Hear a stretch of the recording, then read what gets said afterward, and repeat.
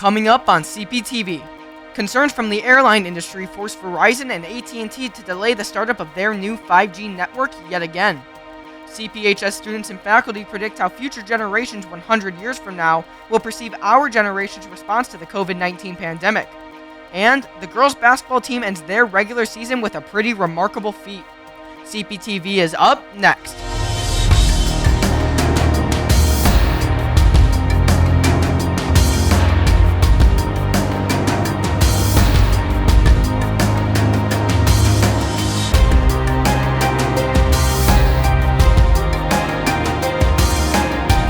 Stand by. Countdown in 5, 4,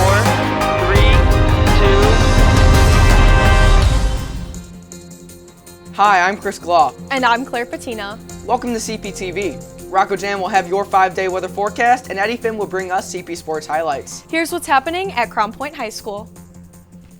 This week, Verizon and AT&T announced they will accept the request of the Department of Transportation to postpone yet again the rollout of their 5G cellular network service. Chris met with some aviation experts yesterday to find out why this network is causing so much concern among the airline industry. We're asked to do it every time we board a plane, at least we're supposed to do it. Moments before the plane you're sitting in takes off, airplane mode is meant to keep your phone from interfering with the plane's navigation system. Regardless, planes still fly and land successfully. But take that issue and amplify it to the point of airlines like Emirates announcing it will suspend flights to several major U.S. airports. That is the level of concern AT&T and Verizon's 5G service rollout has caused nationwide because of its potential impact on a plane's radar altimeter. Alex Scott is a pilot first officer for Republic Airways who says altimeters play a crucial role in a plane's landing, and he fears how the new 5G network could interfere with those altimeters. 5G would interfere with the altimeter and not give it a correct setting, and if you're 50 to 100 feet off the ground or even lower than that, you need a pretty accurate reading so you know where you are on the ground. The altimeter bounces radio signals off the ground to tell pilots the distance between the plane and the ground. However, a broad group of aviation experts now warns the new 5G cellular network, set to go live this month, may interfere with those altimeters, especially around big airports in California, Chicago, Dallas, Florida, New York, Seattle, and many more. That safety concern is why CEOs from United, American, Delta, Southwest, and several other aviation giants sent a letter to the FAA, FCC, and Department of Transportation to make sure 5G is not rolled out near airports. Tuesday, Verizon and AT&T appeased that request, a move applauded by President Joe Biden. Terry McVenis is the president of RTCA, a nonprofit that helps set performance standards for the aviation industry. Radar altimeters operate in a specific range on the frequency band. 5G networks operate between 3.7 and 3.9 gigahertz. Altimeters operate at a frequency of 4.2 to 4.4. That closeness could lead them to interfere with each other if the tower is near an airport while a plane is trying to land. Altimeters play an especially crucial role when there is low visibility. And McVenis says it takes nearly a decade for a new altimeter to be designed, approved, manufactured, and then installed on planes. The FAA says other mitigation efforts are in the works. For CPTV, I'm Chris Glaw.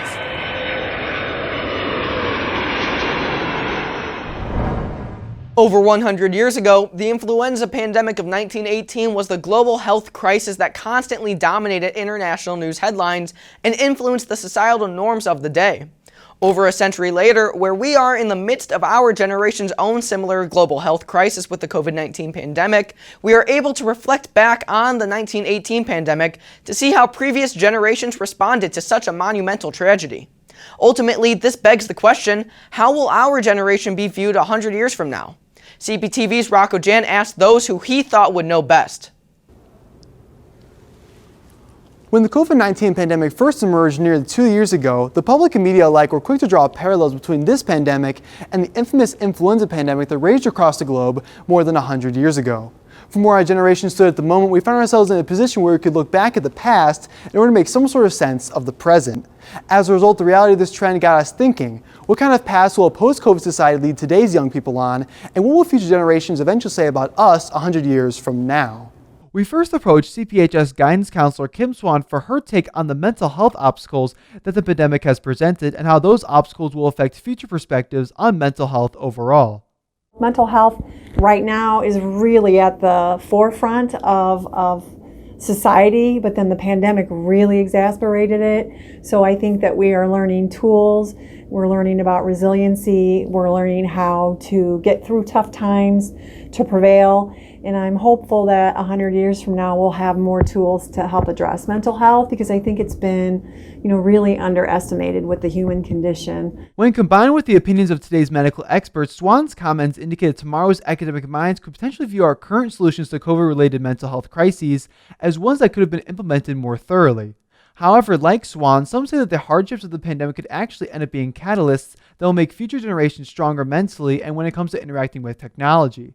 This includes some students of CPHS who have spent the last few years with altered school years due to the pandemic. I think by having a pandemic happen and being online for over half of our high school years, I think it's going to teach us how to utilize technology in a way that we wouldn't have learned if we didn't have online. So I think that that's one way that it's going to benefit our future graduating classes. I think there have been some downsides. People have started to procrastinate more on different things, but I think we've also learned how to go at our own pace and what our pace is for classes, and so I think that'll be really helpful in college and keeping up with homework. But what about from a historical perspective? According to the CDC, nearly a third of the world's population was infected with influenza at the height of the 1918 pandemic, and that was largely due to a lack of pharmaceutical control methods. Thus, in a world where the number of COVID-19 cases continues to climb despite the availability of modern medical advances and COVID-19 vaccines, how will generations 100 years from now look back at how we handled our global health crisis? I feel like everything, when you're in the moment, it feels like a very, very big deal, and it's life-changing. It's gonna be completely different before and after. And for the generation that experienced it, I think they will know that. But I think for future generations, they will look back at it and think, oh yeah, they went through that, that must have been bad, right? And it's sometimes hard to have that true perspective on things when you didn't experience it yourself. From what we've seen so far, it is obvious that the pandemic has brought about some of the greatest tragedies and hardships that our generation may ever know. However, if the perspectives shown in this piece are any indication to go by, it's clear the sorrows felt by the people of today will only serve as lessons that will showcase to the people of tomorrow how they can be stronger and more resilient in the face of the greatest adversaries. As for right now, though, 100 years is still a long time away, and it's up to us to make the most of the time that we live in. For CPTV, I'm Rocco Jan. Builders, real estate agents, and investors in Northwest Indiana are trying to keep up with the demands of people from varying socioeconomic statuses moving into the region. Regardless of the area being sought, the low supply of housing is causing a spike in housing costs. Here's CPTV's Sam Massey with the story. According to the most recent census, 31 million citizens move annually in the United States. But with so many people fleeing metropolitan areas, suburbia cannot keep up. Metropolitan areas are experiencing shortages, among them Chicago. Many workers are having to settle down in lower income neighborhoods such as East Chicago and Gary. I'm a landlord slash real estate investor, and I primarily specialize in the city of Gary, Indiana. Can solve the housing crisis for Northwest Indiana? I feel like we're gonna need a lot more expansion. Some people think of gentrification as a bad thing, right? But I feel like as long as we're still there and we're a part of it, then I feel like I'm okay with it growing and it becoming different. Everybody's moving from Illinois, coming over here. Everybody. All my childhood friends, we grew up in Illinois, but our kids are growing up in Indiana, so that says a lot, It's also affecting our local community. With the addition of Bulldog Park and new infrastructure, house prices have risen by $160,000 since April of 2017. We are seeing something incredibly rare. We have been very much in a seller's market, which has put a big strain on the buyers in our area, and they are outbidding the middle-class Americans that are in a certain price point. We're getting 15, 20, 25 offers on a home, and half of those offers we're seeing $25,000, $50,000 over asking price. This is Sam Massey for CPTV. This school year, the Crown Point Community School Corporation students and staff experienced a few changes to the school year calendar. Next year, students and staff should expect even more significant changes. Here's CPTV's Madeline Dagenhart with the details.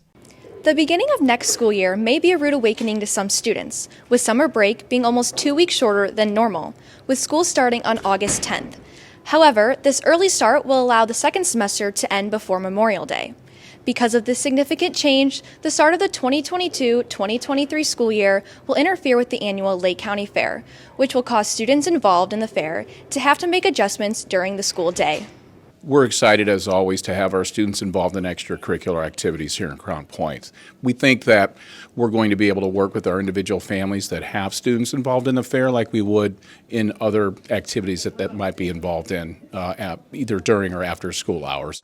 Along with the start of school being changed, midway through the first semester, the Crown Point Community School Corporation will have a week-long fall break, instead of the usual 2-day break they have had in the past. If you look at both semesters, we have a week break in the spring that everybody's used to, that traditional spring break. We wanted to balance that now that we have our semesters with a week-long break in the fall as well.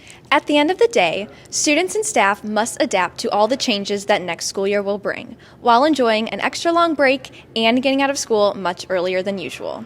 For CPTV, I'm Madeline Dagenhart. After some bitter cold temperatures on Wednesday and light snow the past few days, it looks like Old Man Winter is finally here in full strength. Is there more snow in our future? Here with your weather forecast is CPTV's Rocco Jan.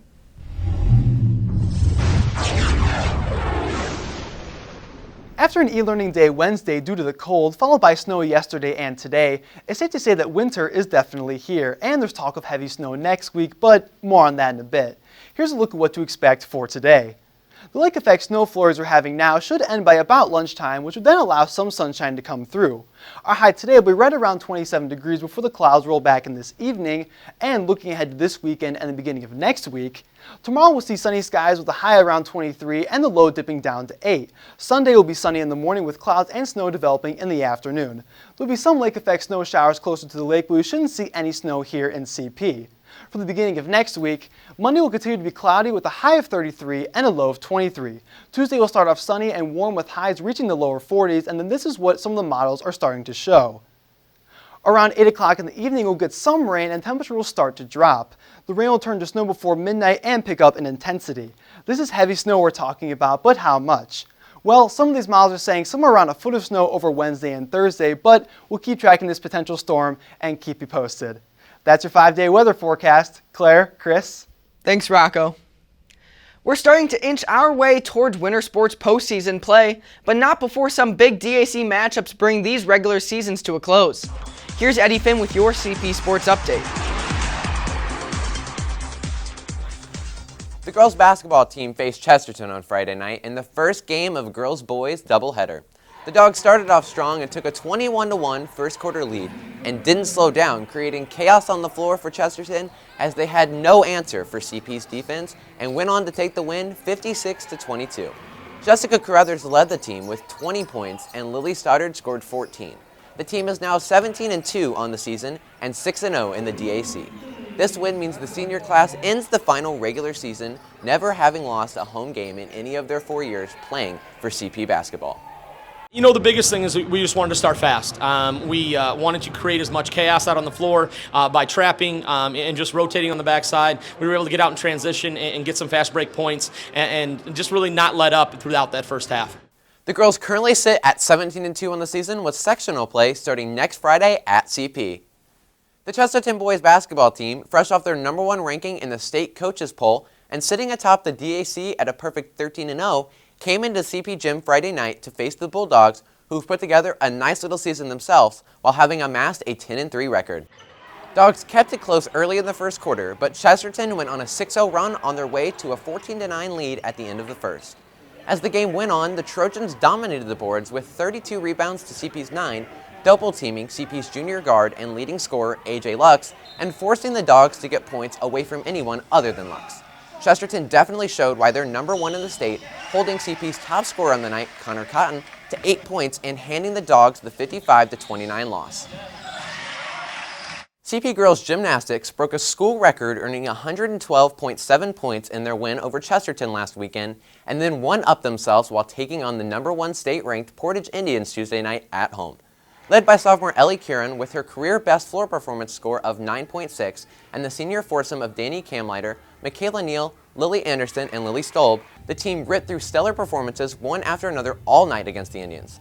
All of this led to the girls topping last week's school team record score with another record-breaking score of 112.85 to Portage's 103.4. This was another big CP win against a state-ranked team.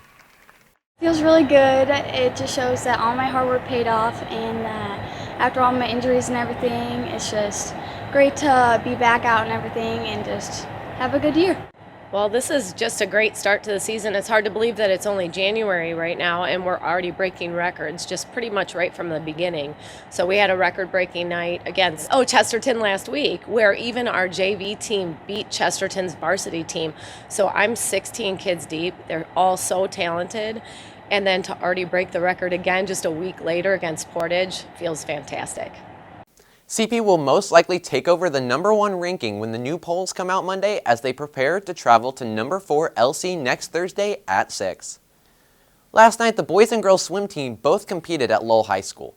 The girls won their meet with a score of 126-42, with Emma Barr, Bella Tufts, and Ava Hubster winning their individual events. However, the boys fell short with a score of 87-96 as multiple athletes, like senior Bill McCall, all pulling double duty while attempting to swim and dive.